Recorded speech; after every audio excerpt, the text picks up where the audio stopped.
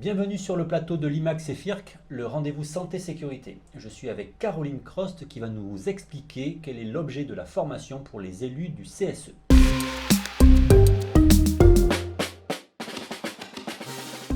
Bonjour Caroline. Bonjour Franck. Quelles sont les obligations de l'entreprise concernant la formation des élus du CSE? Alors ce qu'il faut savoir, c'est qu'à partir du moment où les élections sont faites, les membres du CSE doivent être formés. Donc l'employeur, c'est le Code du travail qui le prévoit, doit proposer à ses membres du CSE un certain nombre de jours de formation. Ce nombre n'est pas le même en fonction du nombre de salariés dans l'entreprise.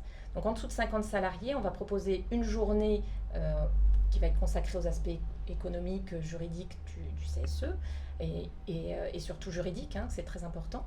Et puis on va avoir 2 journées qui vont être consacrées à l'aspect santé, sécurité au travail. Alors qu'au-delà de 50 salariés, ce qu'il faut bien comprendre, c'est qu'on a l'aspect comité d'entreprise qui apparaît, des commissions comme la commission santé, sécurité au travail également.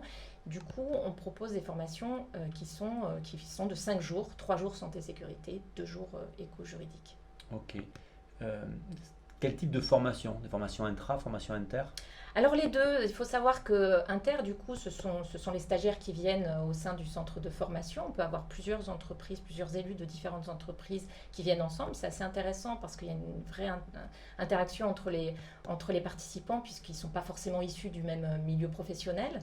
Et on a la possibilité aussi d'intervenir au sein des entreprises où là, on va faire quelque chose vraiment à la carte puisqu'on va discuter uniquement avec les élus d'une structure et qui vont nous parler des difficultés auxquelles ils sont confrontés dans l'entreprise. Oui, donc ça peut avoir de l'intérêt aussi pour des petites structures de faire des formations intra pour avoir le consultant qui vient leur expliquer concrètement comment ça va se passer pour eux. Bien sûr, d'autant que finalement, une petite structure va avoir à minima un titulaire, un suppléant et 2 personnes à former en intra au sein de leur structure. C'est une bonne chose, oui.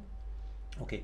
Il y a 2 volets dans la formation, un volet économique et juridique, un volet santé-sécurité. Tu peux développer un peu ce qui va se passer dans la partie qui te concerne plus particulièrement, à savoir sur la partie économique et juridique? Oui, bien sûr. Alors, ce qu'il faut savoir, c'est qu'on fait une distinction finalement entre les entreprises de plus de 50 salariés et celles de moins de 50 salariés, puisqu'à partir de 50 salariés, comme le CSE va intégrer le comité d'entreprise et les différentes commissions, on va avoir une formation un petit peu plus poussée.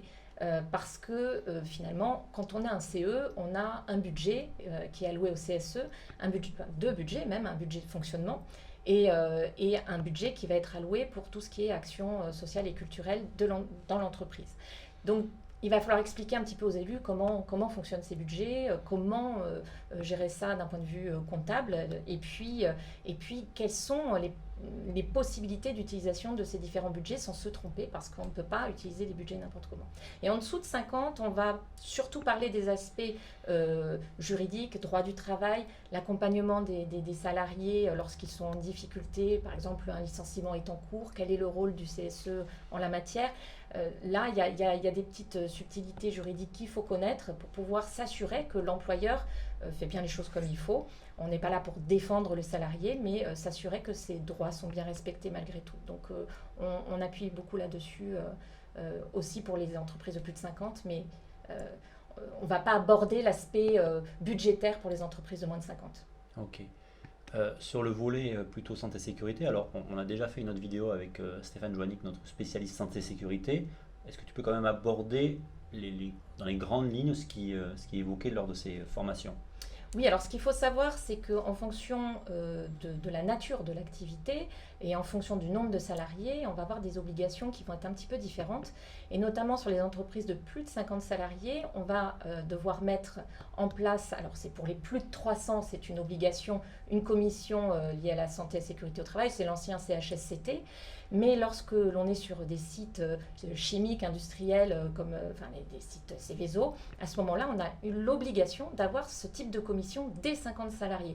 Du coup, la formation des élus est extrêmement importante en la matière. Il est nécessaire qu'ils soient au fait des difficultés liées à la santé et à la sécurité des travailleurs dans l'entreprise pour pouvoir les accompagner au mieux.